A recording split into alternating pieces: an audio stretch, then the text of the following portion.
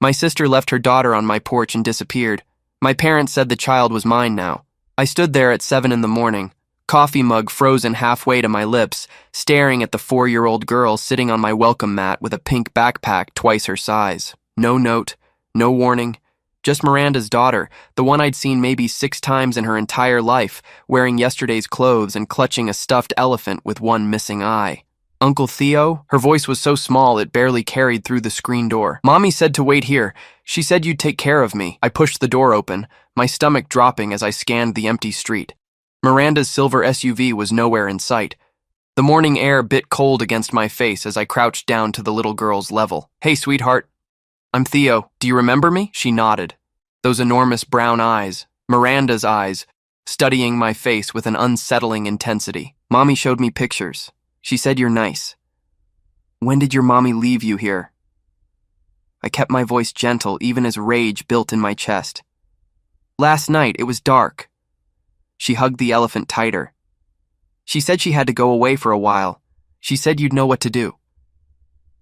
Last night, my sister had abandoned her daughter on my porch in the dark in October in Portland and driven away.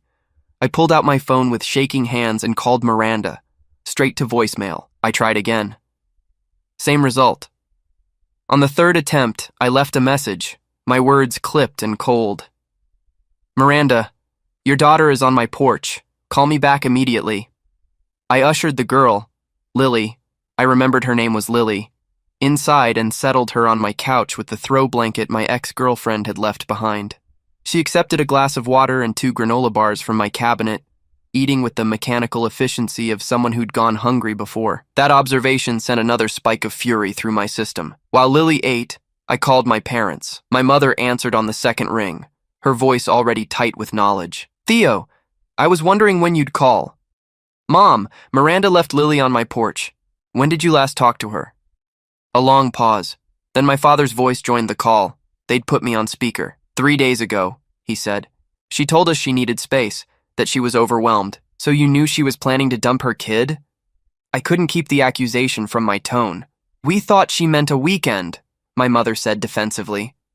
Maybe a week with a friend. We didn't think she'd. Leave her with me?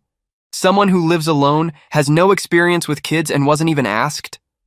I was pacing now, my free hand clenched into a fist. Did either of you think to warn me? Miranda said she'd talk to you, my father said, but his voice carried the weight of knowing that was a lie. She said you'd agreed to help. I looked at Lily, who was watching me with those 2 old eyes, picking up on the tension even if she couldn't understand the words. I forced myself to breathe. I need you both to understand something right now. I didn't agree to anything. Miranda abandoned her daughter. That's a crime. And if you knew about this and didn't stop her, you're complicit. Don't you dare speak to us that way, my mother snapped. Miranda is going through a difficult time. She needs support, not judgment. And Lily? I shot back. What does Lily need? Because right now she's sitting in a stranger's apartment eating granola bars for breakfast because her mother drove away in the middle of the night. Silence on the other end. Then my father cleared his throat. What do you want us to do, Theo? Find your daughter. Get her to call me back. And if you can't do that, then you need to come get Lily, because I am not equipped to handle this. We can't, my mother said quickly. Too quickly. Your father's back surgery is next week. I'm taking leave from work to care for him. We simply don't have the capacity right now. The puzzle pieces clicked together with sickening clarity. Miranda hadn't chosen me randomly. She'd calculated this. Picked the exact moment when our parents couldn't take Lily, when I'd be the only option. The manipulation was so textbook Miranda that I almost laughed. So what you're telling me, I said slowly, is that Lily is mine now. That's what you're saying. Just temporarily, my father said, until Miranda gets back on her feet. You're her brother, Theo. Family helps family. I ended the call without responding and stood there in my small living room, looking at the 4-year-old who was now my responsibility by default. Lily had finished her granola bars and was examining my bookshelf with curiosity, running her fingers along the spines of graphic novels and design portfolios. Are you okay? She asked, turning to face me. You look sad. I'm okay, I lied. Are you okay? She considered the question with a seriousness that broke something in me. I think so. Mommy said you'd take good care of me. She said you're the good one. The good one, as if there were a bad one in this equation, and it wasn't Miranda herself. I texted my best friend Julian. Emergency. Need help. Call me. While I waited, I noticed Miranda's designer luggage stacked near my door, 3 expensive pieces I hadn't registered in my initial shock. I walked over and unzipped the largest one. Clothes for Lily, haphazardly packed, some toys, a folder of medical records, and at the bottom, sealed in a plastic bag, Miranda's passport and a thick manila envelope. I pulled out the envelope and opened it. Inside were bank statements, legal documents, and a one-way ticket to Costa Rica dated for tomorrow morning. My sister hadn't just abandoned her daughter temporarily. She'd planned an exit strategy, a complete disappearance, and she'd used me as the dumping ground for the responsibility she no longer wanted. Julian called back, and I explained the situation in short, clipped sentences. He arrived 40 minutes later with his wife, both of them staring at Lily with the same shell-shocked expression I'd worn all morning. "What are you going to do?" Julian asked, while his wife engaged Lily with questions about the stuffed elephant. I looked at the evidence in my hands, the ticket, the documents, the cold calculation of Miranda's escape plan. "I'm going to take care of Lily," I said, "and then I'm going to make sure Miranda never gets to hurt her again." Julian helped me set up the spare bedroom while his wife, Kendra, took Lily to Target for essential supplies. I moved my home office equipment to the corner of my bedroom and assembled the toddler bed Julian had retrieved from his garage. The room transformed from storage space to child's bedroom in 3 hours, though it still looked temporary, like a stage set waiting for the real scene to begin. "You need to call CPS," Julian said, testing the stability of the bed frame. "Document everything. The abandonment, the luggage, those documents you found." "I know." I was hanging cheap curtains that Kendra had picked up, trying to make the space feel less institutional. But the moment I call CPS, this becomes official. They'll start looking for Miranda, and she'll spin some story about postpartum depression or temporary crisis. She'll cry, apologize, and 6 months from now she'll have Lily back. And you think that's bad because? I turned to face him. "Because she bought a one-way ticket to Costa Rica for tomorrow, Julian. She was going to disappear. Permanently. If I hadn't found those documents, if I'd just assumed she'd come back in a few days, Lily would have ended up in foster care when it became clear Miranda wasn't returning." Julian absorbed this, his expression darkening. "So, what's the alternative?" "I document everything myself. I get my own evidence. And when Miranda eventually surfaces, because she will, once she realizes I found her escape plan, I'll have enough ammunition to make sure she never gets custody back." "That's a lot to take on," Julian said carefully. "You're not exactly father material, Theo. No offense." "None taken." I sat on the edge of the new bed testing the mattress. "But I'm what Lily has right now, and despite what Miranda thinks, I'm not going to abandon a 4-year-old because it's inconvenient." Kendra returned with Lily and 6 shopping bags of clothes, toiletries, and toys. Lily's face lit up at the sight of the transformed bedroom, and for the first time that day, she smiled. It was a small victory, but I'd take it. Over the next week, I established a routine. Wake at 6:30, get Lily breakfast, drop her at the daycare center 3 blocks from my apartment, work from home on client projects, pick Lily up at 4, dinner, bath time, bedtime stories. It was exhausting and disorienting, like learning a new language while already holding a conversation. Miranda never called. Her phone remained disconnected. My parents checked in twice, both times with the same question. "How is Lily adjusting?" Neither time did they offer to help beyond vague promises of, "once your father recovers." I hired a family law attorney, James Whitmore, who listened to my situation with the weary patience of someone who'd heard it all before. "You have grounds for emergency custody," he said during our consultation. "The evidence of planned abandonment is strong, but understand if your sister returns and contests this, it'll get ugly." "I'm counting on it," I replied.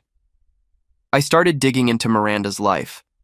Her social media accounts, all public, showed a carefully curated image of a struggling single mother doing her best. Posts about Lily's cute moments, complaints about toddler tantrums, requests for recommendations on child psychologists. All of it was performance, I realized. a narrative she'd been building for months, laying the groundwork for her eventual claim that she'd been overwhelmed, that she'd needed help, that she'd reached out and no one had listened. But I found the cracks. A post from 6 months ago about a business opportunity in Central America.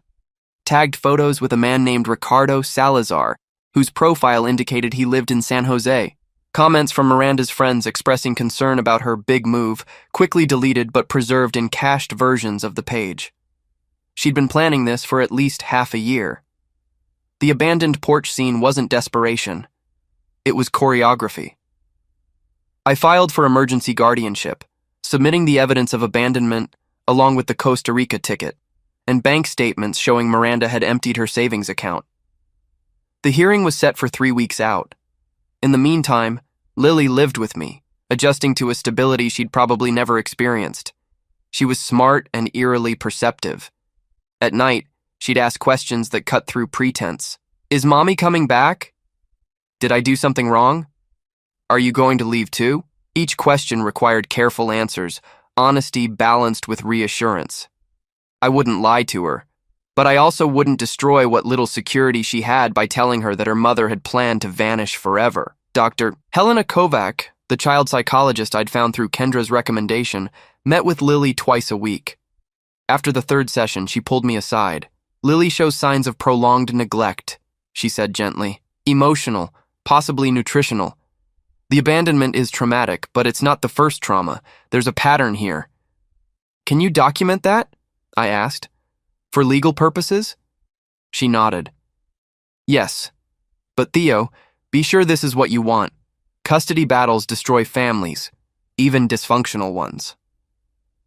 This family's been broken for a long time, I said. I'm just making it official. The Costa Rica ticket expired unused, and 2 weeks after Miranda disappeared, her phone number was reassigned. She'd burned every bridge, cut every connection. My parents finally visited, bringing gifts for Lily and apologies for me that rang hollow. We didn't know it would go this far, my mother said, watching Lily play with the new dollhouse they'd brought. Miranda told us she just needed a break. She told you what you wanted to hear, I corrected. And you believed it because it was easier than confronting reality. My father shifted uncomfortably. What reality would that be? That your daughter is a narcissist who only thinks about herself. That she's never been capable of putting Lily first.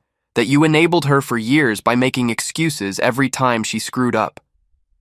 I kept my voice low, aware of Lily in the next room.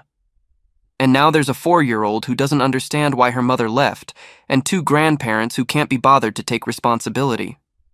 That's not fair, my mother protested. We have our own health issues to manage.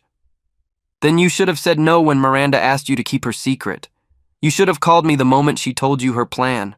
Instead, you let her use me as a dumping ground, hoping I'd just accept it. They left an hour later, the visit strained and unproductive.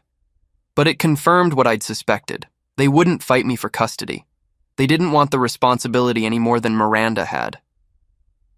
I spent my evenings after Lily went to bed building a case. I contacted Miranda's former employer and discovered she'd been fired for embezzlement, not prosecuted, but let go with a mutual agreement that kept the company out of legal trouble. I found 3 maxed-out credit cards in her name and a payday loan with a predatory interest rate. I tracked down Ricardo Salazar's social media and confirmed he was in Costa Rica, posting photos of beaches and cocktails with a conspicuous absence of any mentions of a new American girlfriend. Miranda hadn't gone to Costa Rica. The ticket had been misdirection, a false trail in case someone came looking. But where was she? I hired a private investigator, which took a significant chunk of my emergency savings. Within a week, he called with information. Found her in Scottsdale, Arizona. She's working as a hostess at an upscale restaurant using her middle name. Been there about 10 days. Has she contacted anyone? I asked. Not that I can tell. She's keeping a low profile. New phone, new apartment under a 6-month lease. Looks like she's establishing a fresh start. A fresh start. Without her daughter. Without any intention of coming back. I forwarded all of this to James Whitmore, who absorbed the information with professional calm. This strengthens your case considerably, he said. We can argue she's demonstrated a clear intent to permanently abandon her child. The court will likely grant you full custody. What about criminal charges? I asked. Can she be prosecuted? Potentially.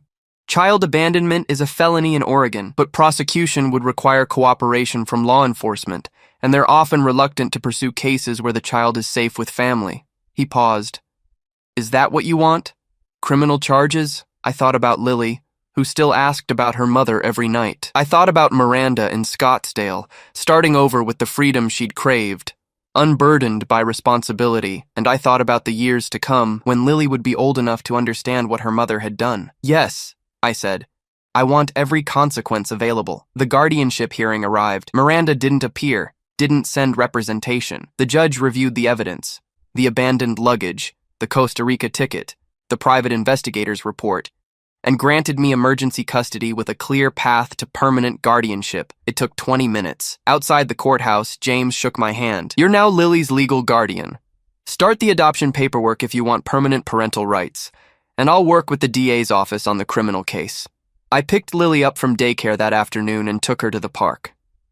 She'd adapted remarkably to our routine, to the small apartment that was now her home. On the swings, she laughed when I pushed her higher, the sound carrying across the playground.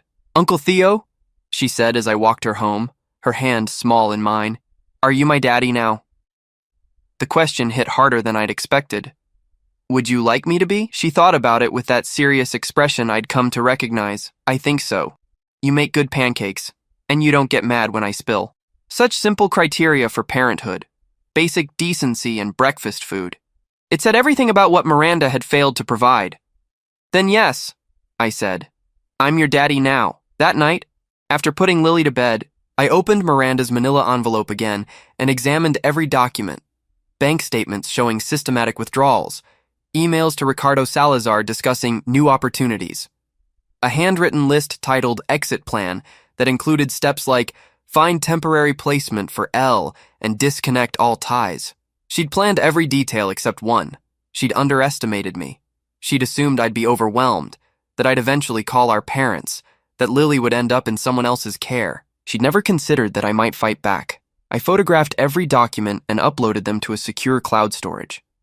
Then I sent a message to Miranda's last known email address, the one she'd used to book the Costa Rica flight. Miranda, it's Theo. I know where you are. I know what you planned. Lily is safe and she's mine now legally. You have two options: disappear completely and never contact us again, or return and face criminal prosecution for child abandonment. Choose wisely. You have 48 hours. I didn't expect a response, and I didn't get one. But 12 hours later, the private investigator called. Your sister just checked out of her apartment, paid the lease break fee in cash, and left. She's in the wind. Perfect. Let her run. Let her build her new life in whatever city she chose, always looking over her shoulder, always wondering if I'd come after her. She'd made her choice, and now she'd live with it. Miranda surfaced 6 weeks later, not with a phone call, but with a lawyer. Her attorney, a sharply dressed woman named Patricia Holmes, contacted James Whitmore with a demand for immediate restoration of parental rights and a claim that I had kidnapped Lily. She's arguing duress, James explained during our emergency meeting. Says she was suffering from postpartum depression, that she left Lily with you temporarily for treatment, that you've been blocking her attempts at contact and turned her family against her. That's a complete fabrication, I said, my jaw tight. I have documentation of everything. I know. But she's crafted a compelling narrative. Single mother, mental health crisis, brother who took advantage of her vulnerability to steal her child. It'll play well if we're not prepared. What does she want? James slid a document across his desk. Full custody. An acknowledgement from you that you misunderstood the situation. A public apology. And monetary compensation for emotional distress. $50,000. I laughed, a harsh sound without humor. She's insane. She's desperate. My guess? She ran out of money. Arizona didn't work out. Now she's back in Oregon, and she needs a win to justify her return to your parents and her friends. She's not getting anything, I said flatly. Not Lily, not an apology, not $1. We go to trial. I want her deposed under oath. I want the embezzlement from her old job entered into evidence. I want every lie she's told exposed in public record. James leaned back, studying me. You understand this will be expensive and emotionally brutal? Lily will be caught in the middle. Lily is already in the middle. Her mother abandoned her and now wants to use her as a pawn. The difference is, I'm protecting Lily. Miranda is protecting herself. We rejected the demand. Patricia Holmes responded with a motion for emergency custody hearing, claiming immediate danger to the child. The judge, the same one who'd granted me guardianship, reviewed the motion and set a date for 4 weeks out. Miranda showed up at my apartment 2 days later. I only knew because the building's security camera captured her on the doorstep, knocking for 3 minutes before leaving. She didn't try to break in, didn't cause a scene, but the message was clear. She knew where we lived. I filed for a restraining order the next morning, granted immediately, given the documented abandonment and her lack of custodial rights. Lily started having nightmares. Dr. Kovac explained it was a delayed trauma response, the security she'd built now feeling threatened by the uncertainty. I held her when she woke up crying, reassured her that she was safe, that no one was taking her away. Is Mommy coming back? She asked one night, her face buried against my shoulder. I don't know, I said honestly, but I promise you no matter what happens, you're staying with me. Even if Mommy wants me back? Even then. The custody hearing was brutal. Miranda sat across the courtroom looking gaunt and contrite, dressed in conservative clothes that screamed, "Reformed Mother." Patricia Holmes presented a timeline of Miranda's supposed mental health crisis, complete with medical records from a therapist Miranda had seen twice in Arizona. My client made a mistake, Patricia argued. She was suffering from severe postpartum depression that went undiagnosed for years. In a moment of crisis, she reached out to her brother for help, trusting him to care for her daughter temporarily while she sought treatment. Instead, Mr. Bennett took advantage of her vulnerable state, blocked all contact, and systematically turned her family against her. He's not protecting Lily. He's punishing his sister. James Whitmore stood when it was our turn. Your Honor, the evidence tells a different story. Ms. Bennett didn't reach out for help. She abandoned her daughter on her brother's doorstep in the middle of the night, without warning, without any discussion of temporary care. She disconnected her phone number. She emptied her bank accounts. She purchased a one-way ticket to Costa Rica and told her parents she was taking space. When that plan fell through, she relocated to Arizona under an assumed name and made no attempt to contact her daughter or brother for 6 weeks. He presented the evidence methodically: the luggage with the Costa Rica ticket, the bank statements, the private investigator's report, the embezzlement from Miranda's former employer, the list titled Exit Plan. Each document was entered into the record, each one a nail in Miranda's carefully constructed coffin. Patricia objected to every piece, arguing irrelevance, improper procedure, prejudice. The judge overruled most of them. Then came the testimonies. Miranda took the stand first, and I had to admire her performance. She cried at the right moments, expressed remorse in measured tones, painted herself as a victim of circumstance and mental illness. She claimed the Costa Rica ticket was for a planned vacation before her breakdown. The Arizona relocation was to be near a specialized treatment center. The embezzlement charge was a misunderstanding with her former employer. James cross-examined her with surgical precision. Ms. Bennett, you claim you left your daughter with your brother temporarily. Why didn't you tell him it was temporary? I was in crisis. I wasn't thinking clearly. But you were thinking clearly enough to pack 3 suitcases with your daughter's belongings, remove all your cash from the bank, and purchase an international plane ticket? I wasn't myself. When did you first attempt to contact your brother after leaving Lily with him? A pause. I don't recall exactly. You don't recall, or you didn't contact him?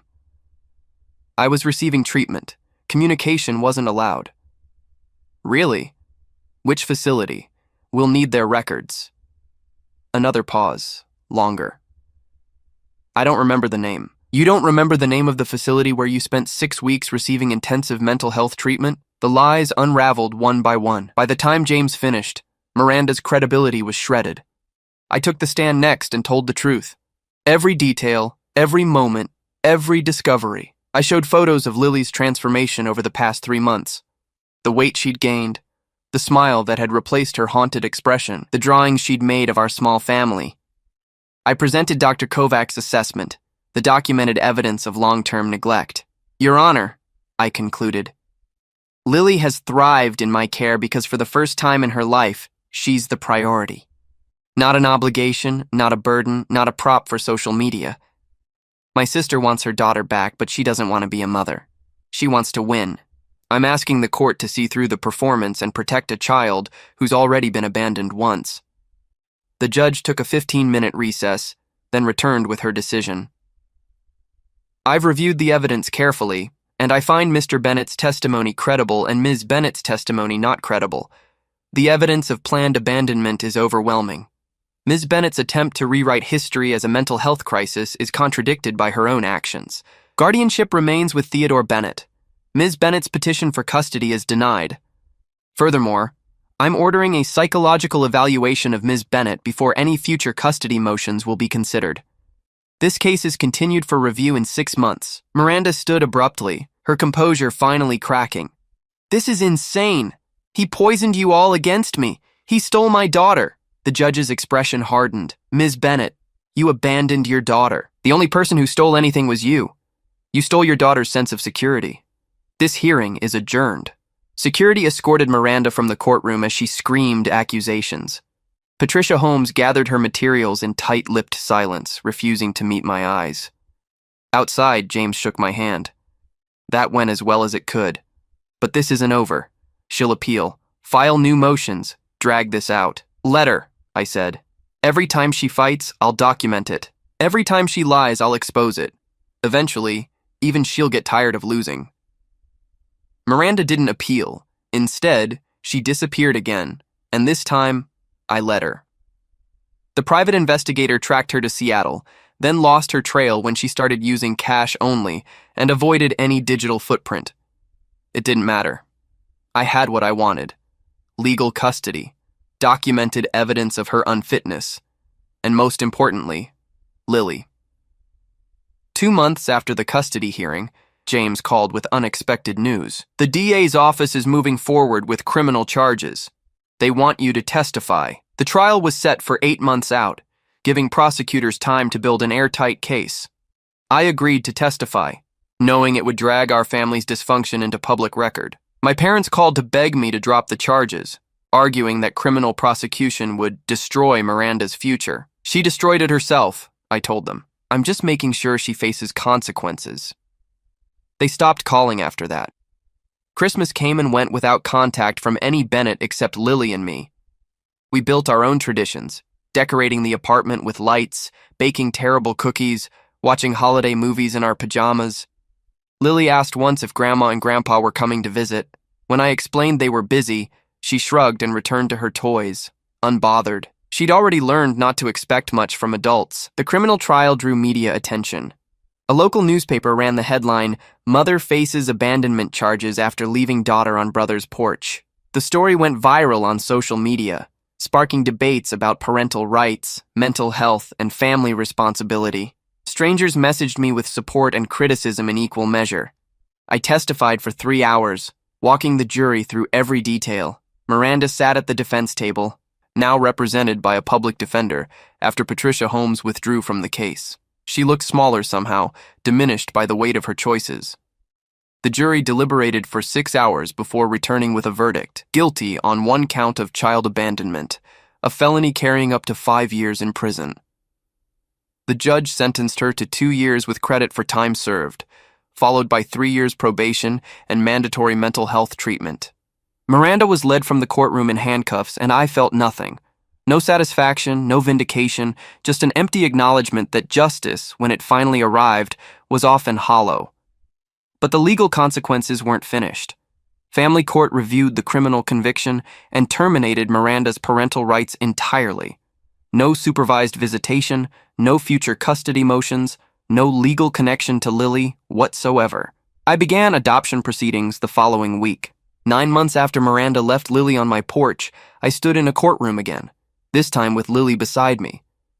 The judge smiled, genuinely smiled, as she reviewed the adoption paperwork. "Mr. Bennett, you've demonstrated extraordinary commitment to this child. The transformation documented in the psychological evaluations is remarkable. Do you understand that adoption creates a permanent legal parent-child relationship?" "I do, Your Honor." "And Lily, Do you understand that Mr. Bennett will be your father?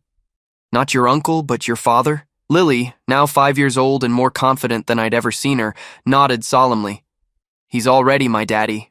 This just makes it official. The judge's smile widened. Then by the authority vested in me, I grant this petition for adoption. Lily Bennett, you have a father. Theodore Bennett, you have a daughter. Congratulations to you both. Lily hugged me tight, and for the first time since this ordeal began, I felt something other than anger or determination. I felt peace. We celebrated with ice cream and a trip to the zoo, Lily's favorite place. As we watched the elephants, she slipped her hand into mine. Daddy, do you think Mommy is sad? Probably, I said honestly. But sometimes people make choices that hurt themselves. That's not your fault. I know. She watched the elephants spray water on each other. I'm glad I'm with you instead of her. That simple statement contained everything I needed to hear, not because it validated my choices, but because it confirmed that Lily felt safe, wanted, chosen, everything her mother had failed to give her. My parents reached out 3 weeks later, requesting a meeting. I agreed, but only on neutral ground and with clear boundaries. We met at a coffee shop, the atmosphere stiff with years of resentment and unspoken recriminations. We saw the news about the adoption, my mother said, stirring her coffee without drinking it. We wanted to say we're happy for you both. Are you? I asked. My father shifted uncomfortably. We know we failed you. We failed Lily. We spent so many years enabling Miranda, making excuses that we couldn't see what she'd become. Or maybe we could see it, and we chose not to. Why are you telling me this now?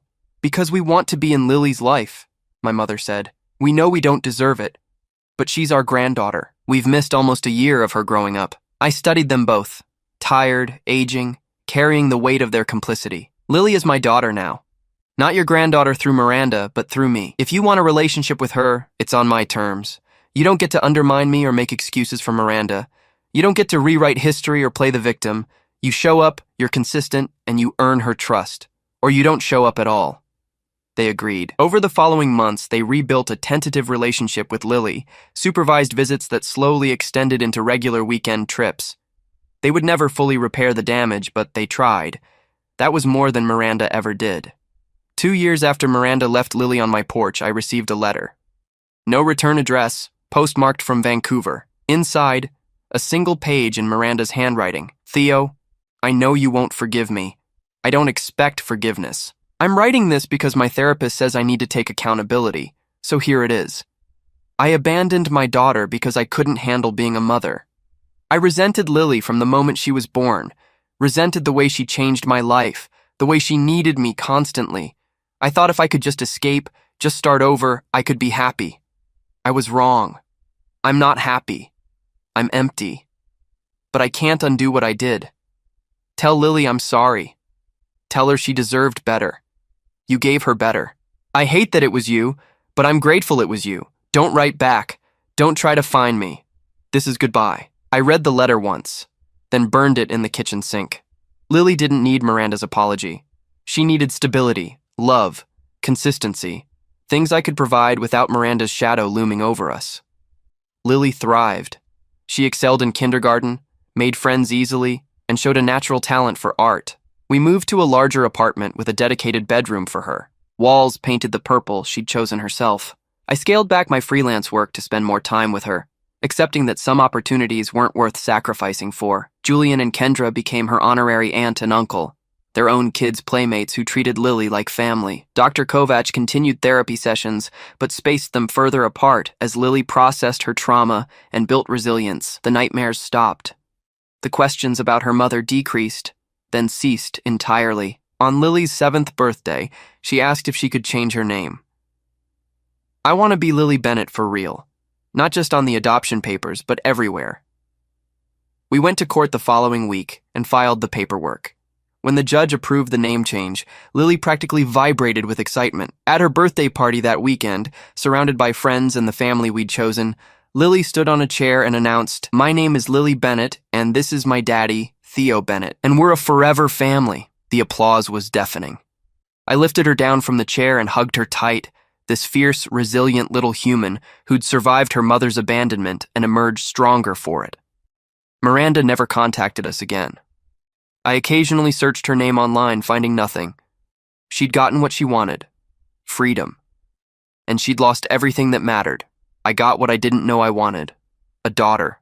A purpose beyond myself. A reason to be better than I'd thought I could be. Some stories end with reconciliation, with lessons learned and families healed. This one ends with clarity. Miranda chose herself. I chose Lily. And in that simple dichotomy, both of our futures were written. Lily Bennett, my daughter, fully and completely, sits across from me now at dinner, talking about her day at school, her voice animated and free. She doesn't remember the scared 4-year-old on my porch. That girl is gone, replaced by someone confident and loved. Miranda's legacy isn't Lily's trauma. It's Lily's resilience. It's the family we built from the wreckage of the one that broke. And every day that I wake up as her father, I'm reminded that sometimes the best revenge isn't punishment. It's living well while your enemy lives with the consequences of their choices. Miranda is out there somewhere, running from what she did. Lily is here, running toward everything she'll become. I know who won.